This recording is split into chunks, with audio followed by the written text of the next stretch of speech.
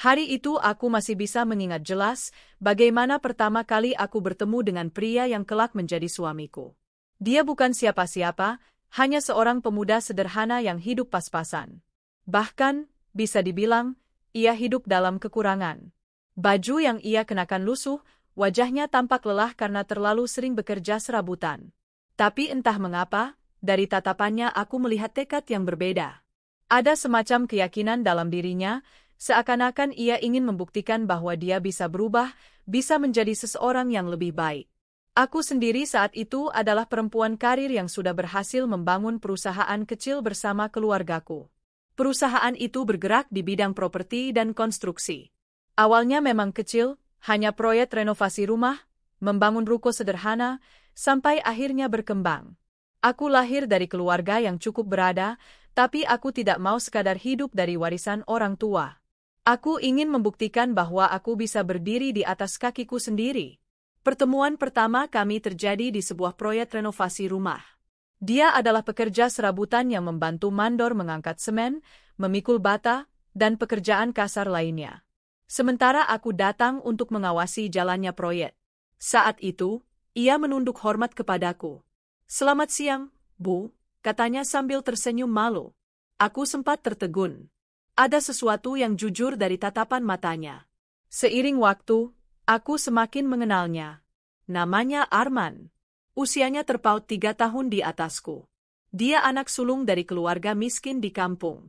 Pendidikan terakhirnya hanya SMA, itu pun sempat putus nyambung karena masalah biaya.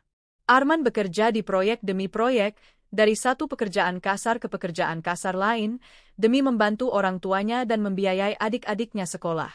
Aku kagum dengan kegigihannya. Walau hidupnya berat, dia tidak pernah mengeluh. Setiap kali aku datang memantau proyek, Arman selalu menyapaku ramah, selalu siap membantu. Bahkan pernah suatu ketika, aku hampir terpeleset di lantai yang basah, dan dengan sigap dia menahan tubuhku. Dari situlah kedekatan itu mulai tumbuh. Awalnya hubungan kami hanya sebatas kenal biasa. Namun lambat laun, aku merasakan ketulusan Arman. Dia memang tidak punya harta, tapi ia punya hati yang jujur. Aku tahu banyak orang yang mencibir ketika aku dekat dengannya. "Evi, kamu serius sama dia?" tanya salah satu sahabatku waktu itu. "Dia nggak punya apa-apa. Kamu punya perusahaan, punya segalanya. Nanti dia cuma akan jadi bebanmu." Aku hanya tersenyum. Dalam hati aku yakin, cinta bisa membuat segalanya berubah. Aku percaya, Arman bukan tipe laki-laki yang akan memanfaatkan aku. Dia mungkin miskin sekarang, tapi kalau diberi kesempatan, aku yakin dia bisa berkembang. Akhirnya, setelah melalui banyak pertimbangan, aku menikah dengannya. Pernikahan kami sederhana, tidak mewah. Aku tidak peduli dengan pesta besar atau kemewahan. Yang penting adalah kebahagiaan kami berdua. Aku percaya, inilah jalan hidup yang kutempuh dengan hati tulus. Awal pernikahan kami berjalan penuh cinta. Arman tampak bahagia, bahkan sering berkata, "Aku nggak tahu bagaimana membalas semua kebaikanmu, Enam. Kamu sudah mau menikah dengan orang seperti aku. Aku janji akan berusaha jadi suami yang baik." Aku tersenyum dan menggenggam tangannya. Aku tidak butuh balasan. Aku cuma butuh kamu setia, jujur, dan menemani aku sampai tua. Arman mengangguk penuh keyakinan. Saat itu aku benar-benar percaya, dia adalah lelaki terbaik yang Tuhan kirimkan untukku. Beberapa tahun pertama pernikahan kami berjalan mulus. Kami dikaruniai seorang anak laki-laki yang menjadi cahaya dalam rumah tangga. Arman tampak bahagia, menjadi ayah yang penuh kasih sayang. Ia sering menggendong anak kami, membacakan dongeng sederhana sebelum tidur, bahkan tidak segan membantu mengganti popok. Aku merasa beruntung. Walau suamiku dulu miskin, tapi dia punya hati yang hangat. Itu sudah lebih dari cukup bagiku. Namun, seiring waktu, aku mulai lelah mengurus semua hal sendiri. Mengurus rumah tangga sekaligus mengurus perusahaan tidaklah mudah. Aku sering pulang larut malam, kelelahan, lalu tetap harus bangun pagi untuk menyiapkan kebutuhan keluarga. Melihatku seperti itu, Arman pernah berkata, "Enam, kenapa kamu nggak biarkan aku bantu urus perusahaanmu?" Aku terdiam. Itu pertama kalinya dia mengajukan ide itu. Awalnya aku ragu, karena aku tahu latar belakangnya bukan di bidang bisnis. Tapi kemudian aku berpikir, mungkin aku memang terlalu lelah. Mungkin sudah waktunya aku berbagi tanggung jawab. Lagi pula, dia adalah suamiku, orang yang paling bisa aku percaya. Akhirnya aku menyerahkan sebagian besar kendali perusahaan kepadanya. Aku tetap menjadi pemilik dan pengendali utama, tapi sehari-hari, akulah yang lebih sering di rumah, sementara Arman mulai berperan sebagai pemimpin di kantor. Keputusan itu membuatku merasa lega. Aku bisa lebih fokus mengurus anak, rumah tangga, dan kebahagiaan keluarga. Aku percaya, perusahaan aman di tangan suamiku. Semua berjalan baik-baik saja, sampai suatu hari, seorang sahabat lama dari kampung datang menemuiku. Namanya Rina. Kami dulu teman sebangku di SMP, tapi setelah lulus, dia tidak melanjutkan sekolah karena orang tuanya tidak mampu. Kami terpisah cukup lama, hingga tiba-tiba dia muncul kembali di hadapanku dengan wajah penuh harap. "Evi, aku benar-benar nggak tahu harus kemana lagi," katanya dengan mata berkaca-kaca. "Aku nggak punya pekerjaan, nggak punya tempat tinggal. Aku benar-benar bingung. Aku yang sejak dulu punya hati lembut, merasa iba." Rina benar-benar terlihat tak berdaya. Bajunya sederhana, wajahnya pucat, tubuhnya kurus. Aku langsung teringat masa lalu kami saat sama-sama belajar, tertawa, dan saling berbagi makanan bekal. Bagiku, dia tetap sahabatku. "Rina, kamu tenang saja," jawabku sambil menggenggam tangannya. "Selama aku ada, kamu nggak akan terlantar. Kamu boleh tinggal di rumah kosong dekat kantor. Aku juga bisa kasih kamu pekerjaan di perusahaan. Setidaknya kamu punya penghasilan untuk memulai lagi." Mata Rina berbinar. "Astaga, Enam, kamu benar-benar malaikat buat aku. Aku nggak tahu harus bilang apa. Terima kasih banyak." Aku hanya tersenyum. Bagiku, membantu sahabat bukanlah hal besar. Aku percaya, semakin banyak kita menolong orang, semakin banyak pula rezeki yang Tuhan limpahkan. Sejak itu, Rina tinggal di rumahku yang dekat dengan kantor. Aku sengaja memberinya fasilitas itu agar ia lebih mudah berangkat bekerja. Di perusahaan, aku menempatkannya sebagai staf administrasi. Tugasnya sederhana, hanya mengurus dokumen, laporan, dan membantu bagian keuangan. Awalnya semua tampak baik. Rina bekerja dengan rajin, bahkan sering membantu lebih dari yang aku minta. Arman pun menyambutnya dengan ramah. Kadang-kadang, saat aku datang ke kantor, kulihat mereka mengobrol akrab. Aku tidak pernah curiga. Bagiku, itu wajar. Mereka bekerja di tempat yang sama, tentu sering bertemu. Aku bahkan sempat merasa lega. Karena dengan adanya Rina, setidaknya Arman punya teman untuk berbagi beban pekerjaan. Namun aku tidak tahu, di balik senyum ramah dan ucapan terima kasihnya, ada niat lain yang Rina simpan. Dan Arman, suami yang dulu kupikir setia, ternyata punya celah yang begitu mudah dimanfaatkan. Semuanya masih tampak baik-baik saja, sampai perlahan-lahan, satu persatu tanda-tanda kecil mulai muncul. Awalnya semua terasa biasa. Kehadiran Rina di perusahaan seolah membawa angin segar. Dia rajin, cekatan, dan selalu tersenyum ramah setiap kali berpapasan denganku. Aku bahkan sering memuji kerajinannya. "Rina itu memang anak baik, ya," kataku suatu malam kepada Arman ketika kami sedang makan malam bersama. Arman menatapku sambil mengangguk. "Iya, Enam. Aku juga merasa terbantu. Dia cepat tanggap kalau aku minta laporan. Jujur aja, banyak karyawan lain yang kerjanya masih lambat. Rina beda." Aku tersenyum bangga, seolah keputusan menolong sahabatku itu benar. "Aku senang kalau kamu merasa terbantu. Aku percaya dia bisa diandalkan." Saat itu, aku sama sekali tidak curiga. Bagiku, ini adalah bentuk persahabatan yang indah. Aku menolongnya, dan dia membalas dengan kerja keras. Tapi rupanya, kepercayaanku itu justru menjadi celah yang paling mematikan. Beberapa bulan kemudian, aku mulai melihat perubahan kecil pada Arman. Ia yang dulu pulang kantor tepat waktu, kini sering mengatakan harus lembur. "Enam, aku ada kerjaan tambahan. Kamu tidur duluan aja, jangan tunggu aku," katanya sambil meraih jasnya suatu malam. Aku menatap jam. Tapi ini sudah jam 9, Men, apa nggak bisa besok pagi? Arman tersenyum canggung. Nggak bisa, Enam. Klien minta laporan besok. Aku harus selesaikan sekarang. Awalnya aku percaya. Perusahaan memang sedang berkembang pesat. Banyak proyek masuk, banyak klien baru yang harus diurus. Jadi wajar kalau Arman sering lembur. Namun, semakin lama, alasan itu terdengar makin sering.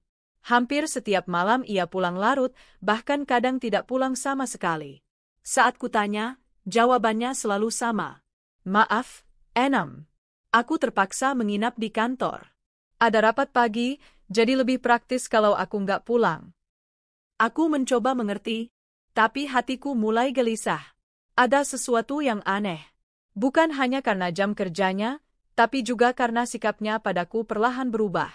Kecurigaanku makin besar ketika suatu siang aku mampir ke kantor tanpa memberi kabar sebelumnya. Biasanya, setiap kali aku datang, karyawan langsung menyambut dengan wajah kaget. Tapi kali ini, yang membuatku tertegun adalah pemandangan di ruang kerja Arman. Dari pintu yang sedikit terbuka, kulihat Rina duduk di kursi sebelah Arman. Mereka tampak begitu dekat, wajah Rina menunduk sambil tertawa kecil, sementara Arman menatapnya sambil tersenyum. Ada sesuatu di antara mereka yang tidak bisa aku jelaskan. Sesuatu yang lebih dari sekadar atasan dan bawahan. Aku mengetuk pintu. Permisi. Sekejap wajah mereka berubah. Rina buru-buru berdiri, wajahnya merah padam. Arman tersenyum kikuk. Oh, Enam, kamu datang? Kenapa nggak kasih kabar dulu? Tanyanya. Aku masuk sambil tersenyum tipis. Aku cuma mau lihat perkembangan laporan. Ada waktu, kan? Rina buru-buru mengemasi kertas di meja. Saya permisi dulu, Pak, Bu. Lalu ia keluar dengan langkah tergesa. Aku duduk di depan Arman, menatap matanya. Kalian kelihatan akrab ya? Arman terdiam sebentar lalu tertawa kecil. Ya wajarlah, Enam. Kita kan satu tim. Lagian aku sama dia sering lembur bareng, jadi sudah kayak partner kerja. Kamu jangan mikir yang aneh-aneh. Aku mengangguk, berusaha menyingkirkan pikiran burukku. Tapi hatiku tetap terasa tidak tenang. Semakin hari, semakin banyak tanda-tanda yang membuatku resah. Karyawan lain mulai memberi isyarat samar-samar. Suatu sore, salah satu staf keuangan yang sudah lama bekerja denganku menghampiri dengan wajah ragu. Bu, maaf sebelumnya. Saya sebenarnya nggak enak ngomong ini. Tapi saya merasa ibu harus tahu. Aku menatapnya heran. Ada apa? Dia menunduk, berbisik pelan. Pak Arman, sering terlihat terlalu dekat sama Bu Rina. Bahkan kadang mereka berdua pergi keluar kantor bareng, bilang ada meeting. Tapi, kami nggak pernah tahu meeting dengan siapa. Dadaku berdegup keras. Maksud kamu? Dia menelan ludah. Saya nggak berani menuduh, Bu. Tapi, hati-hati saja. Aku terdiam. Kata-kata itu berputar-putar di kepalaku. Aku ingin marah, tapi juga takut. Bagaimana jika benar? Bagaimana jika suamiku dan sahabatku? Malamnya, ketika Arman pulang larut, aku menatapnya lama. Dia tampak lelah, tapi ada kilatan bahagia di matanya. Aku memberanikan diri bertanya. Men, kamu beneran kerja lembur?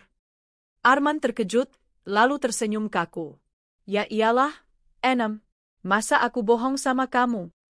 Aku menunduk. Tapi aku dengar, kamu sering pergi bareng Rina. Katanya meeting. Meeting sama siapa? Sekejap wajah Arman tegang, tapi dia cepat menutupinya dengan tawa.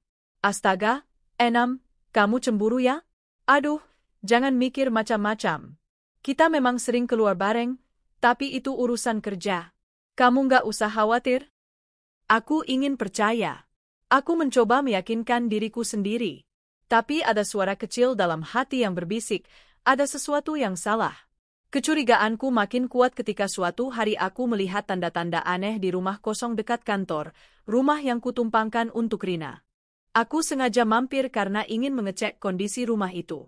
Namun saat aku membuka pintu pagar, aku mendengar suara tawa dari dalam. Suara itu, jelas suara Rina, dan ada suara laki-laki yang tak asing. Aku berdiri terpaku. Jantungku berdegup kencang. Perlahan aku melangkah mendekat, mencoba mengintip dari jendela yang sedikit terbuka. Dan benar saja, di ruang tamu kulihat Rina dan Arman duduk berdekatan. Mereka tampak santai, bahkan terlalu santai. Arman bersandar di sofa, sementara Rina menyandarkan kepalanya di bahunya. Tanganku gemetar. Aku ingin menerobos masuk, ingin menjerit, ingin menampar keduanya. Tapi kakiku terpaku. Aku hanya bisa berdiri kaku, menahan air mata. Beberapa menit kemudian, aku melangkah mundur, meninggalkan rumah itu dengan hati yang hancur. Malamnya, ketika Arman pulang, aku tidak berkata apa-apa. Aku hanya menatapnya dalam diam. Dia tersenyum, mencium pipiku, seolah tidak terjadi apa-apa. Dan aku, bodohnya, masih berusaha tersenyum balik, padahal hatiku luluh lantak. Seiring waktu, perselingkuhan itu semakin lihai disembunyikan. Arman sering memberi alasan harus keluar kota untuk mengurus proyek. 6. Aku harus ke Surabaya 3 hari. Ada proyek besar yang harus aku kawal langsung, katanya suatu pagi sambil mengemas pakaian ke dalam koper. Aku menatapnya dengan senyum hambar. Sendiri? Dia mengangguk. Ya, nggak ada yang lain. Kamu tenang aja. Tapi aku tahu, ia tidak pernah sendirian. Laporan dari orang kepercayaanku menyebutkan bahwa setiap kali Arman pergi keluar kota, Rina juga selalu menghilang dari kantor dengan alasan sakit atau ada urusan mendadak. Dan anehnya, tiket pesawat yang kubocorkan dari agen perjalanan selalu mencatat 2 nama, Arman dan Rina. Mereka pikir aku tidak tahu. Mereka pikir aku terlalu sibuk mengurus rumah sehingga tidak memperhatikan. Tapi kenyataannya, aku selalu tahu. Aku hanya menunggu. Malam-malamku semakin penuh dengan air mata. Aku sering menangis diam-diam di kamar, memeluk anakku yang tertidur pulas. Dalam hati aku bertanya, kenapa? Kenapa orang yang paling aku percaya justru menusukku dari belakang? Kenapa sahabat yang kuangkat derajatnya justru mengkhianati persahabatan kami? Aku sering berdiri di depan cermin, menatap wajahku sendiri yang mulai letih. Apa aku kurang cantik? Apa aku kurang baik? Apa aku tidak cukup membahagiakan suamiku? Pertanyaan itu terus berputar di kepalaku. Namun di balik luka itu, aku mulai merasakan sesuatu yang berbeda, keteguhan. Aku tidak boleh hancur. Aku tidak boleh menyerah. Kalau aku jatuh, maka Arman dan Rina akan menang. Tidak. Aku harus berdiri lebih kuat. Aku mulai menyusun rencana. Aku tidak akan terburu-buru. Aku akan biarkan mereka merasa aman, biarkan mereka merasa berhasil menipuku. Karena semakin tinggi mereka terbang, semakin sakit jatuhnya nanti. Hari-hari itu menjadi awal dari pengkhianatan besar. Benih-benih perselingkuhan sudah jelas tumbuh di depan mataku. Aku hanya pura-pura buta. Aku hanya berpura-pura tidak tahu. Karena aku sedang menunggu saat yang tepat. Aku tahu, permainan mereka tidak akan lama. Dan ketika waktunya tiba, aku akan pastikan mereka berdua menyesal seumur hidup. Sejak benih pengkhianatan itu tumbuh, hidupku berubah menjadi permainan dingin antara berpura-pura dan mengumpulkan kebenaran. Di depan mereka aku masih tersenyum manis, menanyakan kabar, menimpali guyonan. Namun di balik semua itu, setiap detik pikiranku bekerja. Bagaimana caranya memastikan, bagaimana caranya mengumpulkan bukti nyata, bukan sekadar bisik-bisik karyawan atau dugaan semu. Karena kalau hanya dugaan, aku yang akan terlihat gila. Aku harus punya bukti, dokumen, rekaman, saksi yang tak terbantahkan. Malam-malamku kini dipakai untuk mempelajari laporan keuangan yang mereka anggap aman. Aku masih pemilik perusahaan. Meski aku menyerahkan kendali operasional pada Arman, akta dan direktori kepemilikan tetap tercatat atas namaku. Aku tahu celah-celah administrasi yang bisa dimanfaatkan. Dalam hati aku menertawakan betapa mudahnya orang bisa terlena oleh rasa aman. Mereka pikir karena aku diam, aku buta. Padahal, aku sedang melihat dari balik tirai. Langkah pertama yang kulakukan sederhana tapi teliti, menempatkan orang kepercayaan. Bukan pegawai biasa, tapi sahabat lama dari bagian legal perusahaan yang aku latih sejak awal bekerja. Namanya Sari. Dia bukan hanya pintar menghitung, tetapi juga lihai menyamarkan jejak, dalam pengertian yang baik. Dia tahu bagaimana menelusuri aliran dana, membaca celah, meminta dokumen pendukung ketika perlu, menanyakan tanda terima, dan membuat laporan yang tidak mencurigakan. Aku memberi Sari 2 perintah yang tegas. Pertama, pantau semua transaksi besar secara diam-diam. Kedua, jaga komunikasi langsung hanya padaku. Sari memberikan anggukan serius. Bu, santai saja. Saya akan kasih laporan harian dalam bentuk yang hanya ibu bisa baca. Jangan khawatir, saya tahu caranya. Suaranya tenang, penuh profesionalisme. Kedua, aku memanfaatkan teknologi. Perusahaan kami sudah menerapkan sistem ERP sederhana untuk mengelola kas, inventaris, dan proyek. Aku minta tim IT memasang modul audit tambahan, bukan untuk mengawasi percakapan pribadi, melainkan untuk merekam perubahan data akses, pembuatan voucher, dan persetujuan pembayaran yang lewat otorisasi. Semua log itu tersimpan dan hanya bisa diakses melalui kunci yang kumiliki. Mereka mengira itu adalah langkah memperkuat tata kelola. Tidak seorang pun menyangka aku akan menggunakannya untuk menjerat mereka. Di luar kantor, aku juga menyiapkan orang lain. Seorang sopir lama keluarga yang setia, Pak Budi, yang suka mengantar jemput pakai mobil pribadi. Aku minta ia mencatat setiap kendaraan yang keluar masuk rumah Rina, waktu kedatangan, dan jika mungkin, foto jarak jauh. Pak Budi tidak keberatan, baginya ini seperti kerja sampingan untuk membantu majikan. Ia tahu, tulisku tajam ketika sedang terluka. Ia juga sadar kalau Pak Evi sangat teliti. Namun bukti-bukti administratif dan foto tidak cukup. Aku perlu bukti yang mengaitkan uang dan perilaku mereka secara langsung, bukti penggelapan, tanda-tanda penggunaan dana perusahaan untuk biaya tertentu yang tidak berhubungan dengan usaha. Maka aku menyusun langkah yang lebih berani tapi tetap legal, mengajukan audit internal. Bukan audit resmi yang diumumkan, melainkan audit internal terprogram yang dipimpin oleh tim keuangan eksternal yang kupercaya, sebuah firma konsultan yang biasa menangani kasus rekonsiliasi klien-klien besar. Mereka datang atas nama peninjauan tahunan. Arman tentu tidak menaruh curiga. Ia selalu membanggakan perusahaan pada siapapun yang bertanya. Sebelum audit dimulai, aku dan Sari menyelipkan beberapa pertanyaan, uji, ke laporan. Permintaan dokumen proyek yang sudah dibayarkan tanpa progress report, invoice vendor yang terlihat mencurigakan, serta voucher pengeluaran, biaya perjalanan, yang jumlahnya mengambang. Semua itu sengaja kubuat kecil, sekadar memancing reaksi. Dan reaksi mereka datang, seperti yang kucurigai, beberapa pengeluaran tidak bisa dijelaskan, beberapa invoice ternyata fiktif, dan ada transfer ke rekening yang bukan rekening vendor biasa. Malam ketika aku memegang salinan pertama dari temuan audit awal, jantungku berdetak bukan karena bahagia, melainkan karena sebuah periode sulit akan segera dimulai. Aku mencetak, menandai bagian-bagian yang jelas, dan menulis tanggal-tanggal penting. Dengan bukti di tangan, aku merasa memiliki kendali. Kendali yang dulu kuberikan tanpa batas kini perlahan kutarik kembali. Tentu saja aku juga harus sangat berhati-hati secara emosional. Di rumah, aku tetap memainkan peran istri yang ceria. Di meja makan aku bercanda seolah tak ada badai, membahas menu, menanyakan kabar anak. Di balik sopan santun itu, aku menunggu.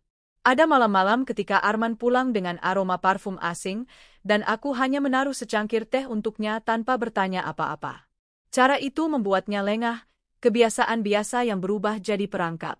Suatu hari Sari datang tergesa-gesa ke rumahku dengan sebuah flash disk.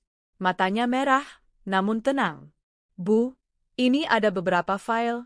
Transaksi keluar ke rekening personal beberapa kali dalam 3 bulan terakhir, jumlahnya tidak kecil. Ada juga bukti pembayaran hotel di Paris yang dicatat sebagai biaya operasional proyek.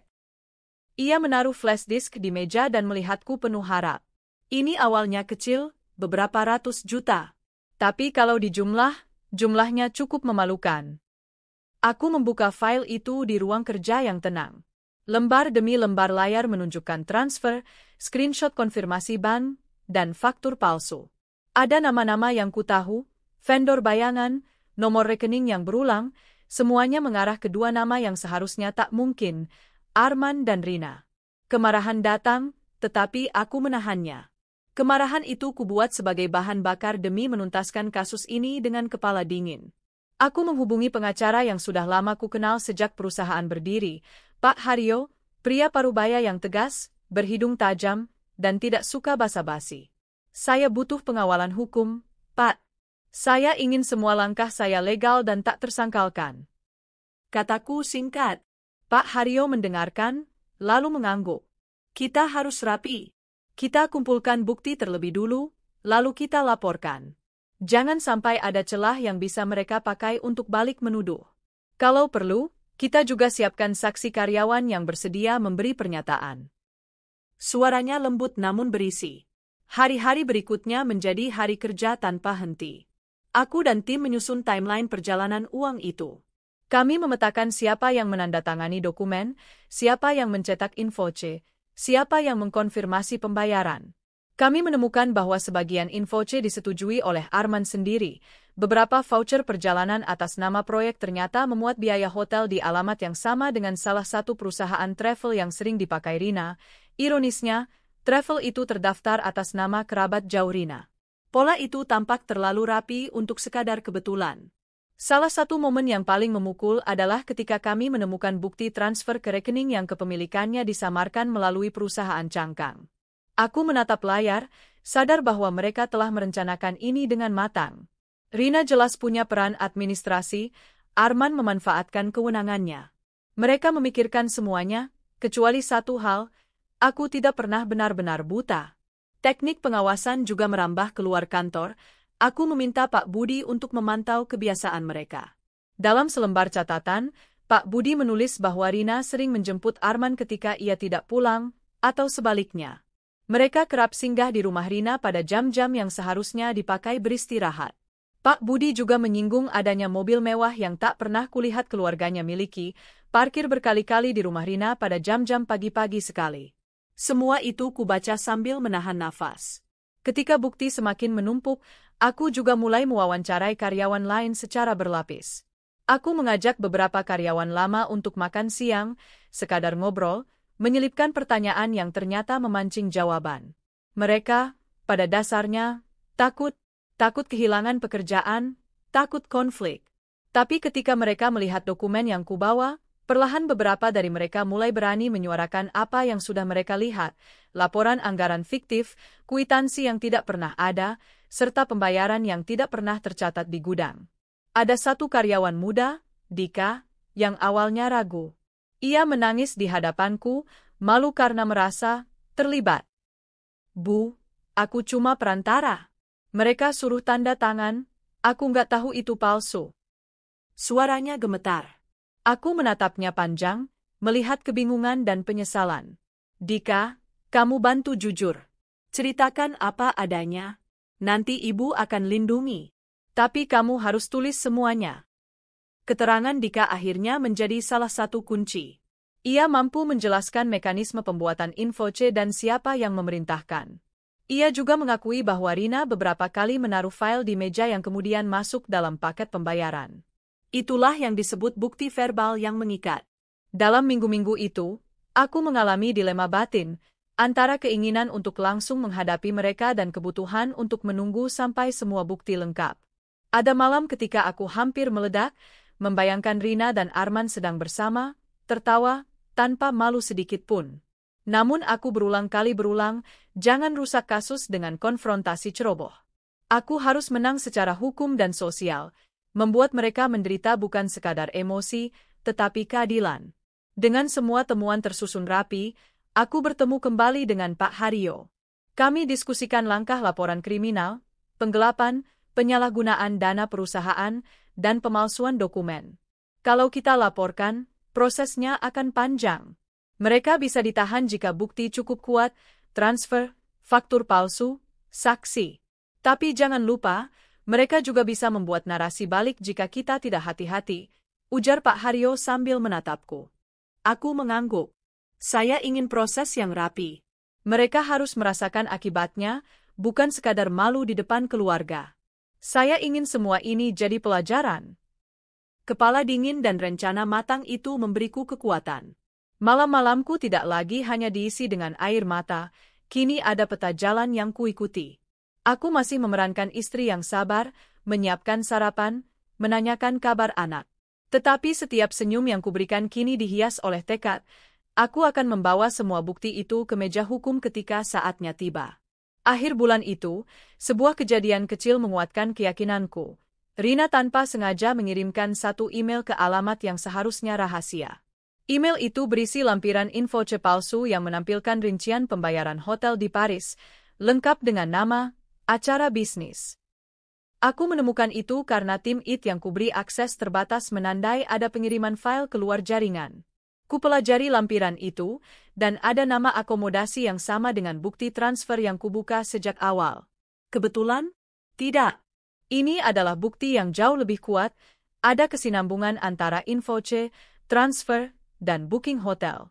Kuambil napas panjang. Semua sudah hampir lengkap. Kini hanya perlu waktu tepat dan komunikasi dengan pihak berwajib. Pada malam yang dingin, aku duduk di balkon, memandang lampu kota yang berkedip. Angin malam mengusap wajahku, seolah menenangkan. Aku memikirkan masa lalu, bagaimana aku dulu memberi tanpa syarat, betapa mudahnya aku percaya. Namun sekarang, ketika kepercayaan itu dikhianati, aku belajar bahwa cinta juga harus dilindungi dengan akal. Ini bukan soal balas dendam semata. Ini soal memperbaiki yang salah, menjaga hak anakku, dan menegakkan keadilan atas nama perusahaan yang kubangun dari nol. Kukira mereka tidur nyenyak di suatu kamar hotel mewah saat itu, namun yang pasti, aku sudah menyiapkan segalanya. Bukti ada di tangan, saksi bersedia bicara, dan pengacara siap bertindak. Satu langkah lagi, dan tirai akan terbuka. Di ujung malam aku menutup catatan kecilku, menulis satu kalimat pendek, tunggu waktu yang tepat. Itu bukan sekadar perintah, tetapi janji pada diriku sendiri, bahwa ketika kebenaran muncul, aku akan berdiri tegak, tanpa ampun namun adil. Dan di sana, di antara keheningan, aku merasakan sesuatu yang aneh. Bukan kebencian yang meluap, melainkan ketenangan yang dingin. Ketenangan seorang ratu yang sedang menata bidak-bidaknya di papan catur. Ketika semua bidak telah terpasang, langkah akhir akan terasa melegakan. Bagian ini berakhir dengan satu kepastian, pengawasan berhasil. Bukti mengumpul. Dan arloji di meja menunjukkan detik-detik menuju saat yang tak terelakkan. Hari itu, aku berdiri di depan jendela kamar, menatap keluar dengan hati yang dipenuhi rasa gelisah. Hujan turun rintik-rintik, seolah ikut menggambarkan suasana hatiku. Dari jauh, samar-samar aku melihat Arman bergegas masuk ke mobilnya, tanpa sempat berpamitan padaku. Katanya semalam, dia ada urusan mendadak di luar kota. Namun entah mengapa, instingku mengatakan ada sesuatu yang tak beres. Aku sudah terlalu sering mendengar alasan yang sama, rapat dadakan, proyek luar kota, survei lahan. Semua itu dulu membuatku percaya, tapi kini terasa seperti pola yang sengaja diulang. Kenapa aku baru sadar sekarang? Gumamku pelan, menahan perih yang menghujam dada. Aku menghela napas panjang, lalu menatap wajahku di cermin. Di sana terlihat sosok perempuan yang telah berjuang keras membangun rumah tangga, namun kini justru dipermainkan. Aku tahu aku bukan perempuan sempurna, tapi aku yakin aku telah memberi segalanya untuk keluarga ini. Sore itu, teleponku berdering. Dari layar terlihat nama Yanto, orang kepercayaanku yang selama ini kutugaskan mengawasi pergerakan perusahaan tanpa sepengetahuan Arman. Bu, saya sudah dapat laporan terbaru. Katanya begitu aku mengangkat. Suaranya terdengar hati-hati. Aku menelan ludah. Apalagi yang kamu temukan? Tuh. Ada transaksi aneh. Jumlahnya besar. Transfer dari rekening perusahaan ke rekening pribadi seseorang. Dan orang itu, Rina. Darahku seakan berhenti mengalir. Rina? Tanyaku, memastikan aku tidak salah dengar. Iya, Bu. Jumlahnya ratusan juta. Bukan sekali dua kali. Terlihat jelas pola penarikannya. Dan setiap kali Pak Arman melakukan perjalanan luar kota, biasanya transaksi itu muncul. Tanganku bergetar memegang ponsel. Jadi, inilah jawabannya. Pengkhianatan itu bukan hanya sekadar perasaan, tapi nyata dan bisa dihitung dengan angka. Terima kasih, tuh, ucapku akhirnya dengan suara pelan. Teruskan pantauanmu. Jangan sampai mereka curiga kalau kita sudah tahu. Siap, Bu. Telepon terputus. Aku terduduk di kursi dengan tubuh lemas. Rasa marah, kecewa, dan sedih bercampur menjadi satu. Rina, sahabat yang dulu kuberi tumpangan, kuberi pekerjaan, bahkan kuberi kehidupan baru, tega menusukku dari belakang. Malam itu, aku memutuskan untuk menyusul Arman diam-diam. Aku sudah tahu dari Yanto hotel mana yang ia pesan di kota sebelah. Dengan menyamar seadanya, mengenakan pakaian sederhana, masker, dan topi, aku pergi dengan mobil lain agar tak ketahuan. Sesampainya di hotel, aku duduk di lobi dengan hati berdebar. Dari kejauhan, kulihat Arman masuk ke lift. Dan yang membuatku hampir pingsan, di sampingnya ada Rina. Mereka berjalan begitu dekat, bahkan Rina menggandeng lengannya. Dunia seakan runtuh seketika. Aku menahan napas, menunduk agar mereka tak mengenaliku. Lift menutup perlahan, membawa mereka ke lantai atas. Aku menggigit bibir sampai hampir berdarah, berusaha menahan air mata. Jadi benar, bisikku getir. Saat itu aku ingin sekali mendobrak pintu kamar mereka, berteriak, dan melampiaskan semua kemarahan. Namun aku tahu, itu bukan langkah bijak. Aku harus menahan diri. Aku butuh bukti lebih kuat, bukan sekadar emosi. Keesokan paginya, Arman pulang ke rumah dengan wajah lelah namun penuh senyum. "Enam, maaf semalam nggak sempat telepon. Rapatnya berlangsung sampai larut. Aku capek banget," katanya sambil membuka sepatu. Aku menatapnya lekat-lekat. Rasanya aku ingin menampar wajah itu. Namun aku hanya tersenyum tipis, seakan tidak tahu apa-apa. "Tidak apa-apa, Men. Aku mengerti." Dia tertawa kecil, lalu mencium keningku. "Kamu memang istri terbaik." Kalimat itu seperti pisau yang menusuk jantungku. Ia memujiku sambil dengan enteng menutupi pengkhianatannya. Aku hanya bisa menahan napas, mengumpulkan kekuatan agar tidak runtuh di hadapannya. Di tengah kebingungan, aku menghubungi sahabatku yang lain, Ratna. Dia bukan orang dalam perusahaan, tapi sudah mengenalku sejak lama. Kami bertemu di sebuah kafe kecil sore itu. "Enam, kamu kelihatan pucat sekali," kata Ratna begitu melihatku. Aku menunduk, menahan tangis. Aku nggak tahu harus mulai dari mana. "Erat, suamiku, dan Rina." Ratna terkejut. "Rina? Sahabatmu yang kamu tolong itu?" Aku mengangguk. Air mata tak terbendung lagi. "Mereka berselingkuh, Rat. Bahkan pakai uang perusahaan. Aku punya buktinya." Ratna menggenggam tanganku erat. "Ya Tuhan, Enam. Kamu terlalu baik. Dari dulu aku sudah agak curiga dengan sikap Rina yang terlalu manis di depanmu. Tapi aku nggak menyangka sejauh ini." Aku menarik napas panjang. Aku ingin mereka merasakan akibatnya. Aku ingin buka semua kebusukan mereka. Tapi aku juga harus hati-hati. Aku nggak mau anakku terluka karena ulah ayahnya. Ratna mengangguk penuh empati. "Kalau kamu butuh dukungan, aku selalu ada. Jangan lawan ini sendirian." Perkataannya memberiku sedikit kekuatan. Aku tahu aku tidak sendiri. Malam itu, aku duduk di ruang kerja rumahku. Di hadapanku bertumpuk berkas-berkas laporan yang diberikan Yanto. Semua transaksi ilegal, perjalanan fiktif, hingga nota palsu yang ditandatangani Arman. Semuanya jelas-jelas bisa menjadi bukti hukum. Aku menatap layar laptop, mencoba menyusun strategi. Jika aku gegabah, mereka bisa melawan balik. Tapi kalau aku rencanakan dengan matang, mereka akan jatuh dengan sendirinya, pikirku dalam hati. Aku menulis catatan kecil.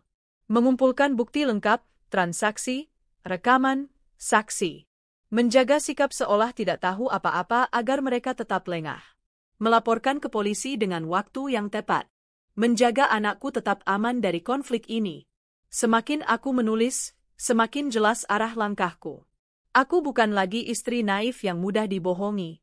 Aku adalah pemilik sah perusahaan, perempuan kuat yang akan melawan demi harga diri. Beberapa hari kemudian, aku sengaja datang ke kantor. Rina terkejut melihatku, karena biasanya aku lebih sering bekerja dari rumah. "Effie, wah, jarang-jarang kamu datang. Lagi ada urusan apa?" tanyanya dengan senyum manis, seolah-olah tidak ada apa-apa. Aku menatapnya dalam-dalam. Senyum palsunya membuatku ingin muntah. Hanya ingin mengecek laporan. Belakangan ini banyak angka yang tidak sinkron. Kamu kan yang pegang administrasi, Rina. Pastikan semuanya rapi, ya? Rina tersenyum kikuk. Oh, tentu. Aku akan cek lagi. Aku mendekat, menepuk bahunya pelan sambil berbisik. Aku harap kamu tidak macam-macam, Rin. Aku masih percaya sama kamu. Jangan sampai kepercayaan itu kamu hancurkan. Rina sempat terlihat gugup, namun cepat-cepat menyembunyikan ekspresinya. Iya, Enem. Kamu bisa percaya sama aku. Aku hanya tersenyum tipis, lalu meninggalkannya. Dalam hati aku tahu, kata-kataku barusan sudah membuatnya sedikit gelisah. Itu bagus. Beberapa minggu kemudian, Yanto kembali memberiku laporan penting. Bu, saya punya rekaman CCTV. Dari kantor sendiri. Ini agak memalukan, katanya pelan. Aku menatapnya penasaran. Apa maksudmu? Dia mengeluarkan flash disk dan memberikannya padaku. Lihat saja sendiri, Bu. Malamnya, aku membuka rekaman itu di laptop. Dan di sanalah kulihat kenyataan yang paling menusuk hati. Arman dan Rina, di ruang kerja kantor, berciuman mesra. Mereka sama sekali tidak peduli dengan lingkungan sekitar. Tangisku pecah.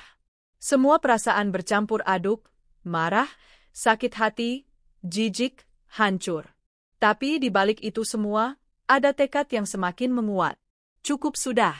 Waktunya permainan ini berakhir. Beberapa hari setelah itu, Arman pulang membawa oleh-oleh kecil untukku dan anak kami.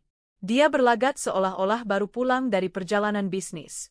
Senyumnya ramah, sikapnya manis. Tapi semua itu bagiku hanyalah sandiwara. Aku tersenyum menanggapinya, seakan tidak ada yang terjadi. Terima kasih, Men. Kamu benar-benar perhatian, kataku sambil menerima hadiah itu. Dalam hati aku berkata, nikmatilah peranmu sebagai suami manis untuk terakhir kalinya. Karena sebentar lagi, semua topengmu akan runtuh. Aku tahu waktunya sudah dekat. Semua bukti telah terkumpul. Polisi siap bergerak kapanpun aku memberi sinyal. Aku hanya menunggu saat paling tepat, agar pengkhianatan mereka terbongkar dengan cara yang paling memalukan. Dan aku sudah tahu, Paris akan menjadi panggung terakhir mereka, bukan untuk bulan madu indah, tapi untuk akhir kebebasan mereka. Pagi itu, Arman berdandan rapi. Jas hitam melekat di tubuhnya, sepatu mengilap, wajah dipoles dengan senyum percaya diri. Katanya, ia ada undangan penting dari mitra bisnis di luar negeri. Enam, aku harus berangkat beberapa hari. Ada peluang besar di Paris. Kalau proyek ini berhasil, perusahaan kita bisa semakin berkembang, ujarnya sambil merapikan dasi. Aku menatapnya penuh kepura-puraan. Dalam hati, aku ingin tertawa keras. Proyek di Paris? Apa kau pikir aku benar-benar sebodoh itu, Arman?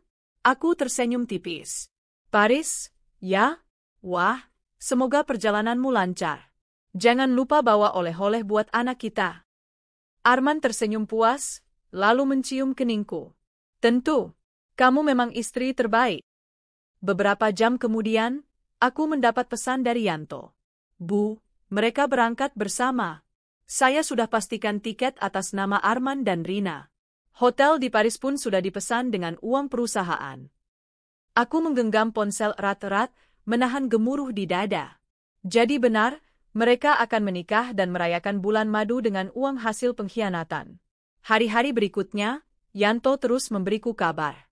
Ia punya jaringan yang mampu melacak keberadaan mereka di Paris. Bu, mereka menginap di Hotel Bintang 5, dan sepertinya mereka menikah di Paris dan bulan madu di sana makan malam romantis di restoran Menara Eiffel. Bahkan ada foto-foto mesra mereka di jalanan Paris. Semua dengan uang perusahaan, lapor Yanto. Aku membaca setiap laporan itu dengan hati membara. Bagaimana mungkin mereka tega? Semua yang mereka nikmati adalah hasil keringatku, hasil kepercayaan yang kuberikan. Namun aku tidak gegabah. Aku membiarkan mereka menikmati kebebasan terakhirnya. Biar mereka merasa berada di puncak dunia, sebelum aku menjatuhkan mereka ke jurang terdalam. Di rumah, aku tetap berperan sebagai istri yang setia. Saat anak kami bertanya, Mama, Papa kemana? Aku tersenyum lembut. Papa sedang kerja di luar negeri, Nak. Nanti Papa pulang bawa hadiah untukmu. Aku tidak ingin anakku terluka terlalu cepat. Biarlah ia tetap menganggap ayahnya orang baik, sampai kebenaran terungkap dengan sendirinya. Di sisi lain, aku rajin menghubungi polisi dan pengacara.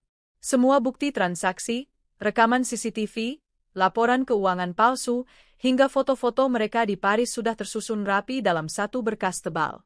Aku tahu, sekali berkas itu kuberikan ke pihak berwajib, tidak ada jalan kembali bagi mereka. Tibalah hari yang kutunggu. Arman dan Rina dijadwalkan pulang dari Paris. Mereka pasti merasa seperti raja dan ratu yang baru saja menikmati bulan madu.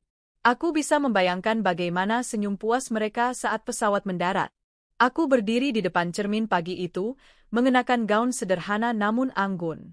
Rambutku kutata rapi, wajahku berseri. Aku ingin terlihat tegar ketika menyaksikan akhir dari drama pengkhianatan ini. Selamat datang di neraka kalian, Arman, Rina, bisikku pelan, menatap pantulan wajahku sendiri. Suasana bandara sore itu ramai. Aku berjalan anggun, ditemani Ratna dan dua pengacara. Dari kejauhan kulihat aparat polisi sudah bersiap. Mereka mengenakan pakaian sipil, menyebar di beberapa titik. Semua mata menunggu kedatangan dua orang yang sebentar lagi akan masuk dalam perangkap. Pengumuman terdengar. Pesawat dari Paris baru saja mendarat. Penumpang dipersilakan keluar melalui pintu kedatangan internasional. Detak jantungku semakin kencang. Aku berdiri tegak, menggenggam erat tas yang berisi semua dokumen bukti. Dan di sanalah mereka muncul. Arman dan Rina, berjalan berdampingan, wajah berseri-seri, membawa koper besar. Rina bahkan mengenakan kacamata hitam, seolah selebriti yang baru pulang dari liburan mewah. Aku menghela napas panjang. Nikmatilah langkah-langkah terakhir kalian sebagai orang bebas. Begitu mereka melewati pintu kedatangan, segerombolan polisi langsung menghadang. Maaf, Bapak Arman dan Ibu Rina, kami dari kepolisian. Mohon ikut bersama kami untuk pemeriksaan terkait laporan penggelapan dana perusahaan. Arman terkejut, wajahnya pucat seketika. Apa? Penggelapan dana? Ini pasti salah. Rina panik, mencoba bersembunyi di balik tubuh Arman. Tidak mungkin. Kami hanya perjalanan bisnis. Aku melangkah maju, berdiri tepat di depan mereka. Senyumku dingin, penuh kemenangan. Selamat datang, suamiku tercinta, dan sahabatku yang setia menusuk dari belakang. Bagaimana bulan madu keduanya? Menyenangkan? Mata Arman membelalak. Enem, kamu? Jadi ini semua jebakanmu? Aku tertawa kecil. Bukan jebakan, Arman. Ini balasan. Balasan atas semua pengkhianatan yang kalian lakukan. Kalian pikir aku tidak tahu? Semua bukti ada di tanganku. Rina mulai menangis, berlutut di hadapanku. Enam, maafkan aku. Aku hilaf. Aku hanya... Aku menatapnya tajam. Kamu hilaf berkali-kali, Rina.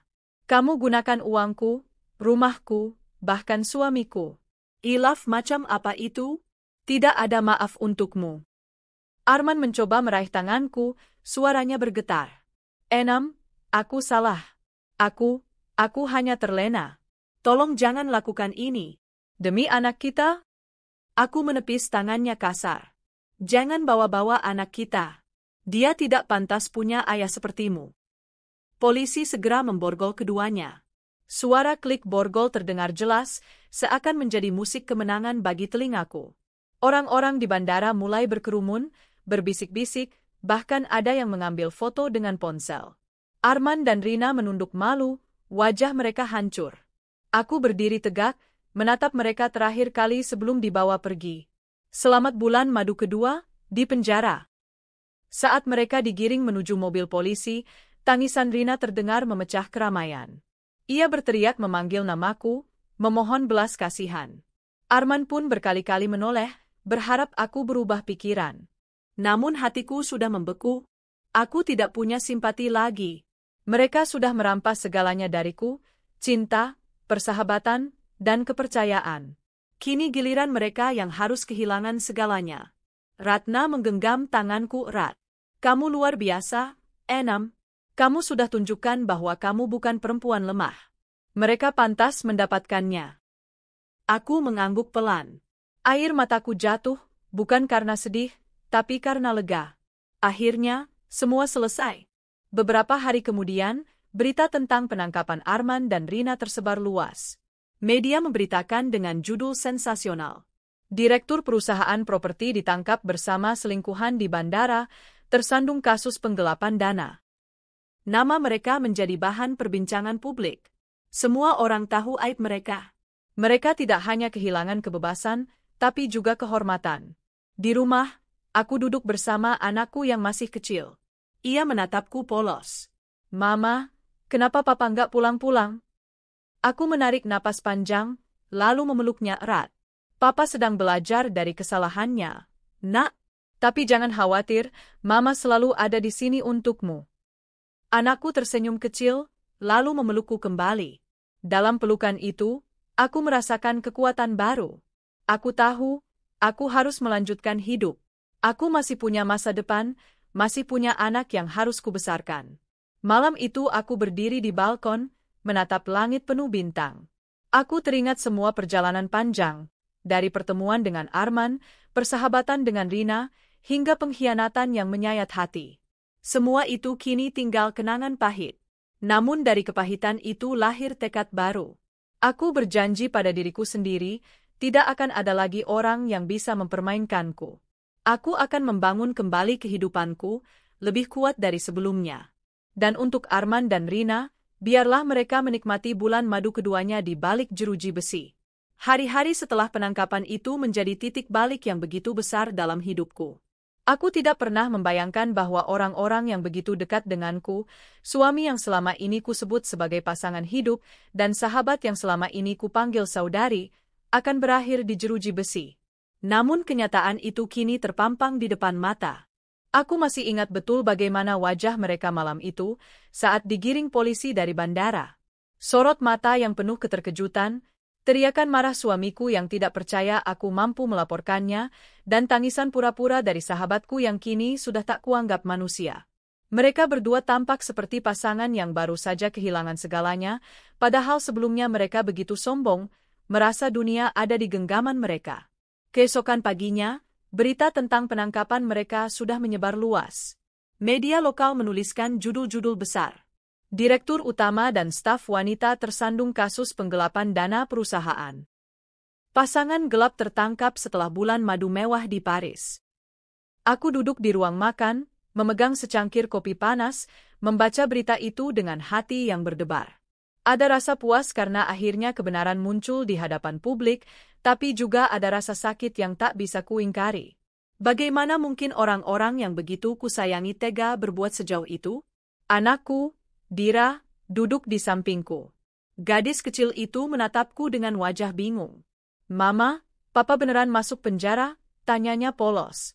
Aku menghela napas, menatap mata beningnya yang masih belum mengerti sepenuhnya. Iya, sayang.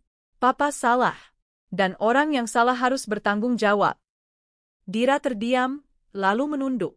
Aku tahu, dalam hatinya ada pertarungan antara rasa cinta pada ayahnya dan rasa kecewa karena ayahnya tega mengkhianati keluarganya. Beberapa minggu kemudian, sidang pertama digelar. Aku datang dengan mengenakan pakaian rapi dan wajah yang tegar. Di dalam ruang sidang, aku melihat mereka berdua duduk di kursi terdakwa. Suamiku tampak kurus, wajahnya kusut, dan matanya memerah. Sedangkan sahabatku itu, Ratna, berusaha menutupi wajahnya dengan kerudung besar, seakan ingin menghindari sorotan kamera wartawan yang berjejer di ruang sidang. Hakim membacakan dakwaan panjang tentang pasal-pasal penggelapan, penipuan, dan penyalahgunaan wewenang. Nilai kerugian perusahaan yang mereka lakukan mencapai angka miliaran rupiah. Semua itu terdengar bagai tamparan keras di telingaku. Ketika tiba giliran pengacara membela mereka, suamiku bangkit berdiri. Dengan suara bergetar, ia berkata, "Yang Mulia, saya tidak pernah berniat menyakiti istri saya. Semua ini hanya salah paham. Saya hanya ingin membahagiakan keluarga saya. Uang itu tidak saya pakai untuk kepentingan pribadi." Bohong. Aku refleks berdiri dari kursi pengunjung, suaraku meninggi tanpa bisa kutahan. Semua mata tertuju padaku. Kau pakai uang itu untuk bulan madu dengan wanita itu. Kau menghancurkan keluarga kita. Hakim mengetukkan palu, memintaku untuk tenang. Tapi di dalam hatiku, api amarah masih berkobar.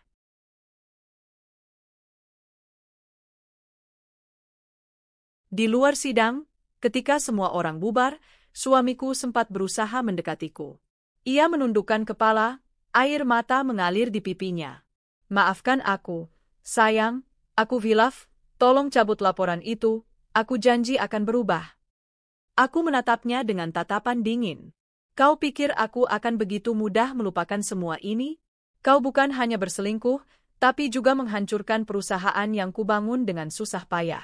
Kau sudah mengkhianati cinta dan kepercayaan yang kuberikan. Ratna, sahabat palsuku itu, juga mencoba berbicara. Aku menyesal, sungguh, aku hanya jatuh cinta pada suamimu, aku tak bisa menahan perasaan ini. Aku tertawa getir. Cinta?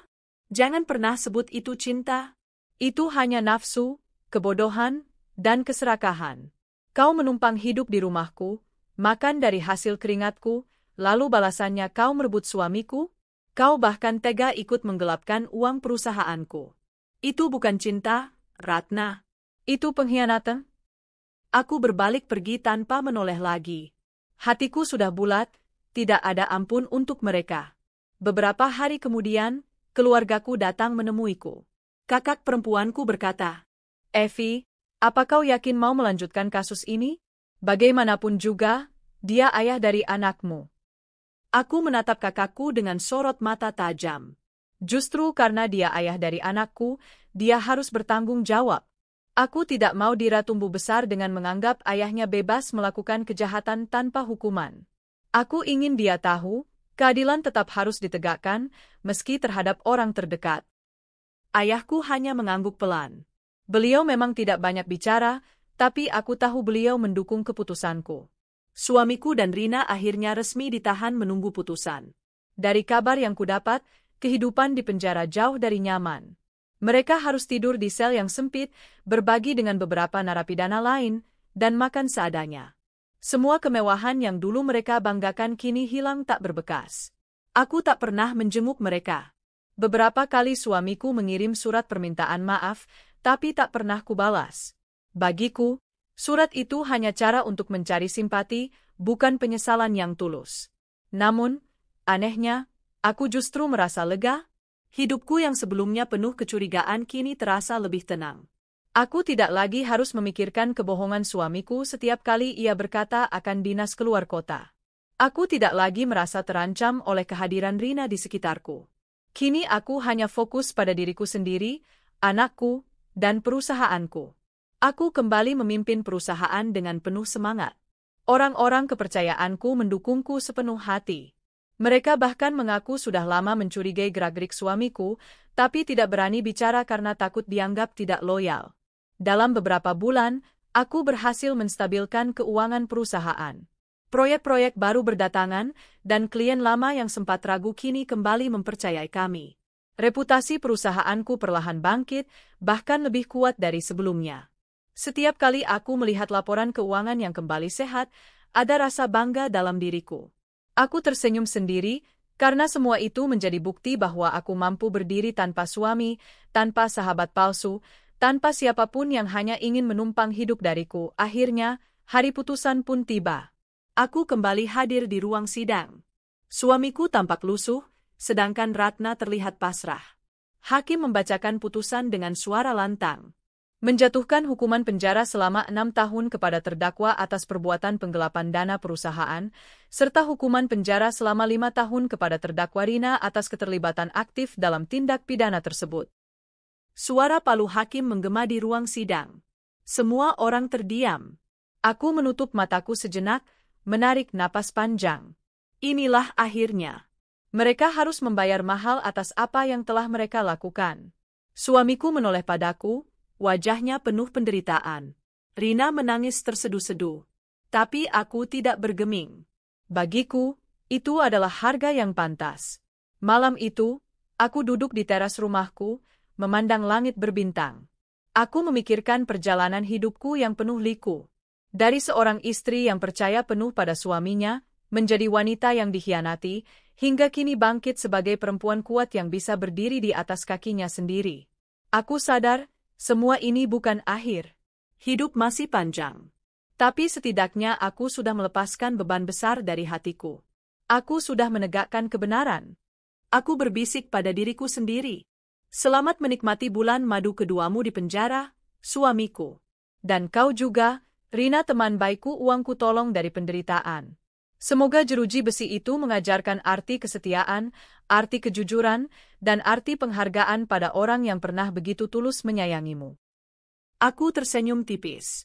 Lalu aku masuk ke kamar, memeluk anakku yang sudah terlelap.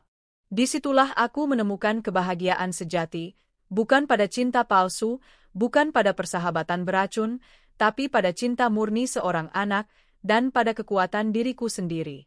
Hari-hari setelah putusan pengadilan itu berlalu dengan cepat. Suamiku resmi menjalani hukuman 6 tahun penjara, sementara Rina 5 tahun. Mereka ditempatkan di penjara yang berbeda, jauh dari pusat kota. Aku tidak pernah sekalipun berkunjung, meski beberapa kali petugas penjara menawari kesempatan itu. Banyak orang bertanya-tanya, apakah aku tidak rindu? Tidak ingin melihat bagaimana keadaan mereka? Aku hanya tersenyum tipis. Rindu? Yang kurasakan hanyalah luka, yang perlahan berganti menjadi kekuatan. Mereka telah mati di hatiku sejak lama, sejak hari mereka memilih jalan pengkhianatan. Aku memilih untuk tidak menoleh ke belakang. Bagiku, keadilan sudah ditegakkan. Kini tugasku adalah melanjutkan hidup, membesarkan anakku, dan menjaga warisan perusahaanku. Suatu pagi, aku berdiri di depan kantor pusat perusahaanku. Gedung itu menjulang dengan kaca berkilauan. Sinar matahari memantul indah, seolah mengisyaratkan babak baru yang lebih terang. Aku melangkah masuk dengan percaya diri. Para karyawan menyapaku dengan wajah penuh hormat. Mereka tahu, aku bukan hanya sekadar pemilik perusahaan, tapi juga simbol keteguhan seorang perempuan yang tidak kalah meski dikhianati oleh orang terdekat. Di ruang rapat, aku memimpin pertemuan besar dengan jajaran direksi. Kita pernah hampir runtuh karena pengkhianatan, kataku lantang. Tapi kita tidak boleh berhenti. Justru dari luka itu kita belajar untuk lebih kuat, lebih hati-hati, dan lebih solid. Perusahaan ini bukan hanya milikku, tapi juga milik kita semua. Mari kita bangun bersama-sama. Tepuk tangan bergema. Hatiku bergetar. Aku merasa benar-benar hidup kembali. Namun, di balik semua kebangkitan itu, ada satu hal yang membuatku gelisah. Putriku masih sering menanyakan ayahnya. Kadang ia menangis diam-diam di kamar, memeluk boneka kesayangannya sambil berbisik, "Papa pulang, ya." Aku pernah masuk diam-diam dan mendengarnya. Hancur rasanya hatiku. Bagaimanapun, anakku tetap merindukan sosok ayahnya. Suatu malam, ia bertanya lagi, "Mama, kenapa Papa di penjara?" Semua teman di sekolah bilang Papa jahat. Aku mengusap kepalanya dengan lembut.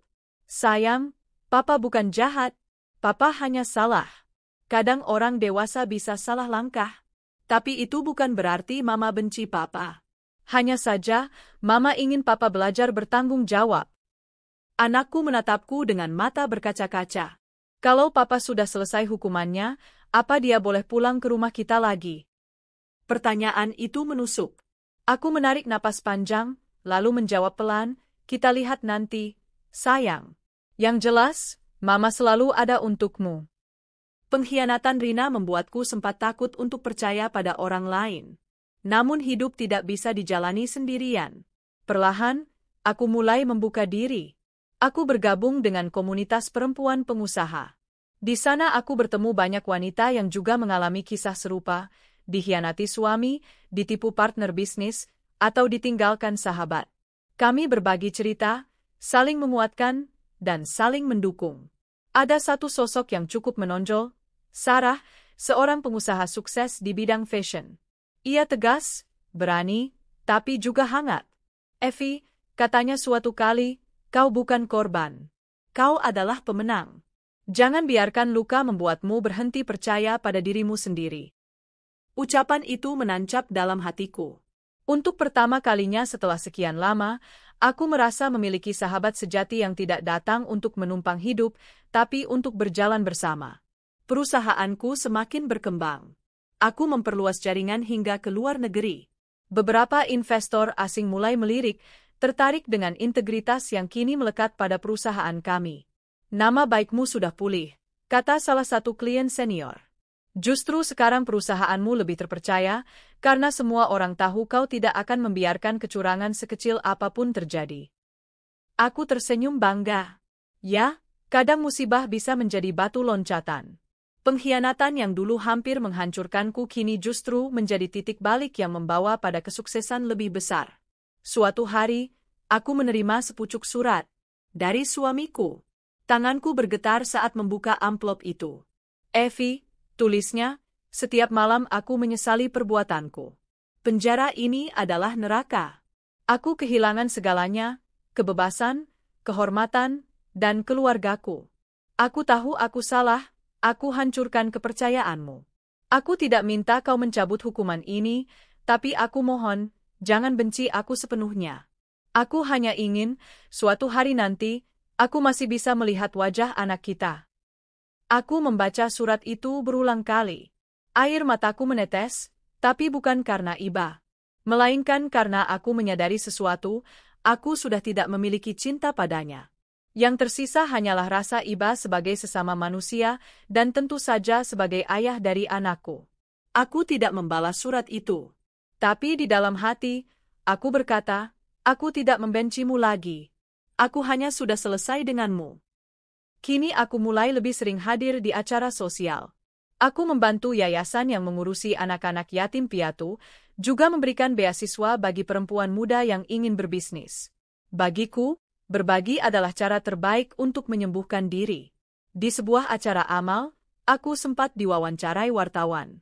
Bu Evie, banyak orang melihat Anda sebagai inspirasi. Apa rahasia Anda bisa bangkit setelah pengkhianatan sebesar itu?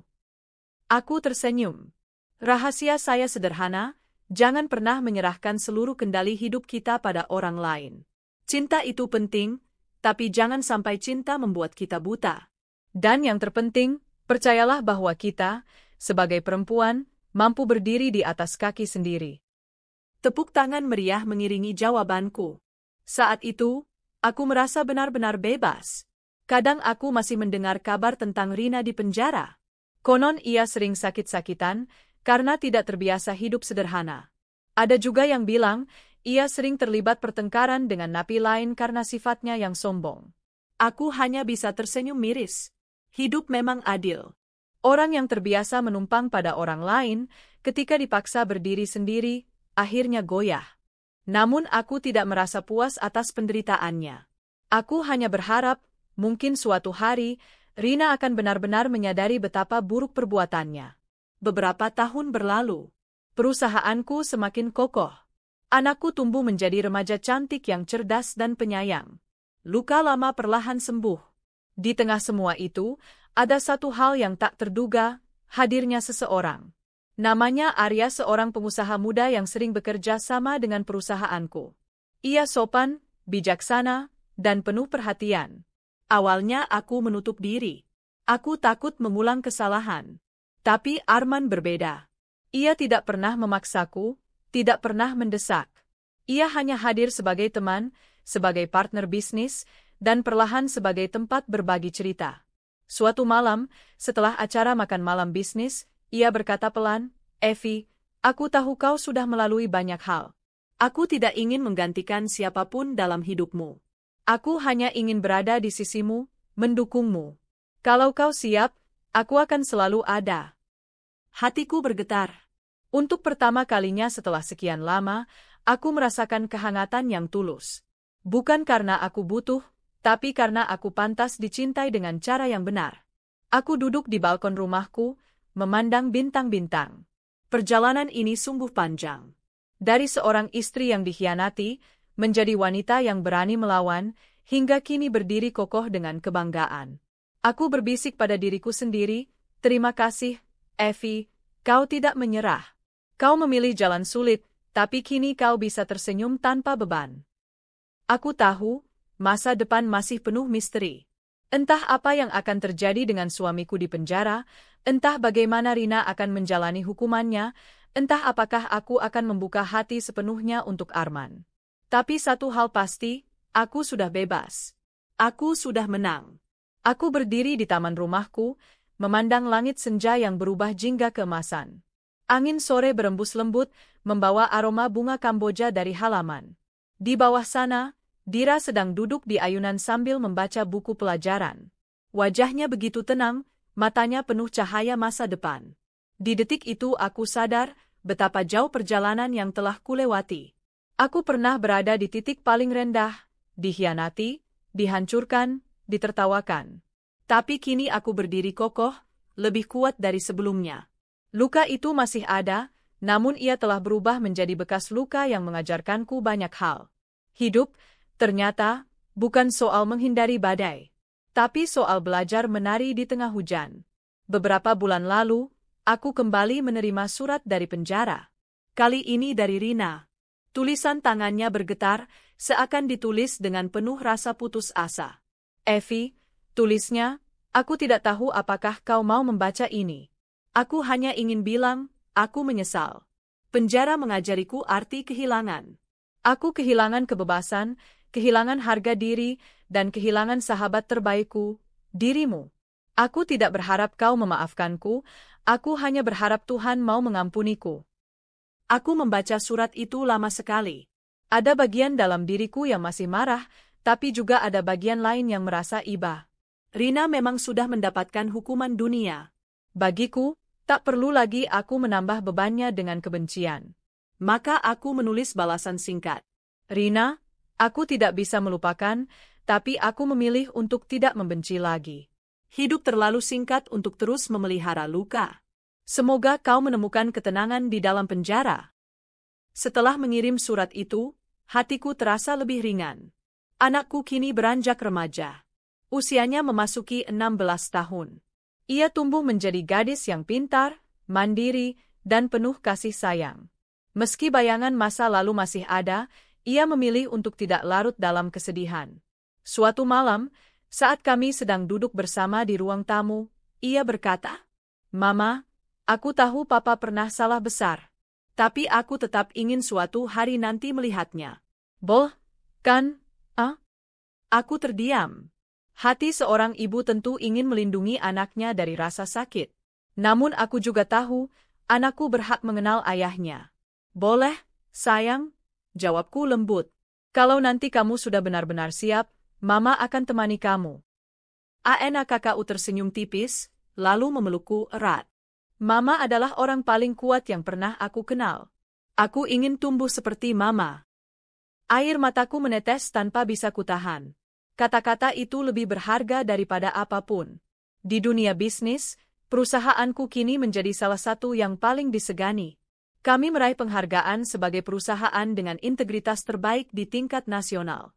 Aku berdiri di atas panggung, menerima trofi bergengsi itu, sambil mengucapkan terima kasih kepada seluruh tim. "Kepercayaan adalah aset paling berharga," kataku di podium. "Sekali dikhianati, butuh waktu lama untuk membangunnya kembali. Tapi percayalah, dengan kerja keras, kita bisa bangkit lebih kuat." Tepuk tangan bergema di aula. Aku melihat wajah-wajah karyawan yang tersenyum bangga. Dalam hatiku aku tahu, perusahaan ini bukan lagi sekadar warisan, tapi juga simbol kebangkitan seorang wanita. Sarah, sahabat baruku, selalu ada di sisiku. Kami sering berbagi cerita, tertawa, bahkan menangis bersama. Kadang kami mengingat masa lalu masing-masing, bagaimana dunia pernah mencoba meruntuhkan kami, tapi kami justru berdiri lebih kuat. "Evi," katanya suatu kali, "kau tahu apa bedanya sahabat sejati dengan sahabat palsu?" "Apa?" tanyaku. "Sahabat sejati tidak pernah iri pada kebahagiaan kita. Mereka justru ikut bersyukur." Aku terdiam, lalu tersenyum. Kalimat itu menohok, seakan mengingatkanku pada Ratna. Ya, sahabat palsu sering datang dengan wajah manis, tapi diam-diam menyimpan racun. Kini aku tahu membedakan keduanya. Beberapa tahun kemudian aku bertemu dengan banyak tokoh penting, termasuk Arya dalam sebuah pertemuan. Arya tetap seperti dulu, hangat, sopan, dan penuh perhatian. Ia mendengarkan ceramahku dengan antusias, lalu menghampiriku setelah acara. "Effie," katanya, "kau semakin luar biasa. Aku kagum melihat bagaimana kau bangkit." Aku tersenyum. Hidup memang tidak memberi kita pilihan selain bangkit. Kami berbincang lama malam itu, bukan sebagai partner bisnis, tapi sebagai dua orang yang saling memahami. Aku belum memberi jawaban atas perasaan yang pernah ia ungkapkan, tapi aku tahu ada ruang kecil di hatiku yang mulai membuka pintu. Akhirnya tiba hari itu, aku menemani anakku menjenguk ayahnya di penjara. Aku melihat wajah mantan suamiku yang kini tampak jauh berbeda. Rambutnya memutih, tubuhnya kurus, dan matanya penuh penyesalan. Dira menatapnya lama, lalu berlari memeluknya. Air mata mengalir deras dari mata mereka berdua. Aku berdiri agak jauh, membiarkan mereka berbicara. Hatiku campur aduk. Ada bagian yang masih sakit, tapi juga ada bagian yang lega melihat anakku akhirnya bisa bertemu ayahnya. Saat pertemuan usai, suamiku menatapku. "Terima kasih sudah membawanya. Aku tidak pantas jadi suamimu, tapi aku tetap ayahnya. Kau wanita yang luar biasa, Effie. Aku menyesal telah kehilanganmu." Aku hanya mengangguk pelan. Tak ada kata maaf dariku, tapi juga tak ada kebencian lagi. Yang ada hanyalah keikhlasan.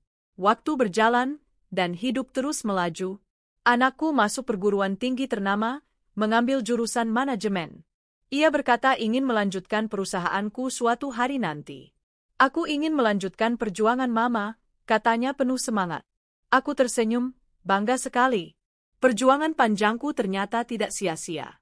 Anakku tumbuh menjadi generasi baru yang lebih kuat, lebih bijaksana. Sementara itu, hubunganku dengan Arya semakin dekat. Aku tidak tahu apakah aku siap menikah lagi. Tapi yang jelas, aku tidak lagi menutup hati. Aku belajar bahwa cinta bukan tentang siapa yang datang lebih dulu, tapi tentang siapa yang datang dengan ketulusan. Di sebuah malam yang hening, aku duduk sendirian di teras rumah.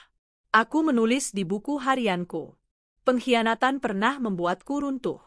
Tapi dari reruntuhan itu, aku membangun diriku kembali. Kini aku tidak lagi takut, tidak lagi bergantung pada siapapun. Aku adalah perempuan yang utuh, dengan luka yang menjadikanku lebih kuat. Terima kasih pada masa lalu, karena darinya aku belajar arti harga diri, arti kepercayaan, dan arti kebahagiaan sejati. Kisahku bukan dongeng dengan akhir bahagia sempurna. Suamiku tetap menjalani hukumannya. Rina tetap merasakan jeruji besi. Luka itu tetap meninggalkan bekas. Tapi hidupku kini penuh dengan arti. Aku bahagia bukan karena orang lain, tapi karena aku berdamai dengan diriku sendiri. Dan setiap kali aku memandang anakku, aku tahu semua perjuangan ini tidak sia-sia. Aku sudah memberikan contoh bahwa perempuan tidak boleh dipandang lemah. Bahwa cinta boleh dikhianati, tapi harga diri tidak boleh diinjak. Kini, aku melangkah ke masa depan dengan kepala tegak. Apapun yang menunggu, aku siap. Karena aku tahu, aku telah melewati badai terburuk, dan aku masih berdiri. "Selamat menikmati bulan madu keduamu di penjara," bisikku sekali lagi dalam hati. Sementara aku akan menikmati kebebasanku, bulan madu sejatiku dengan hidup yang baru.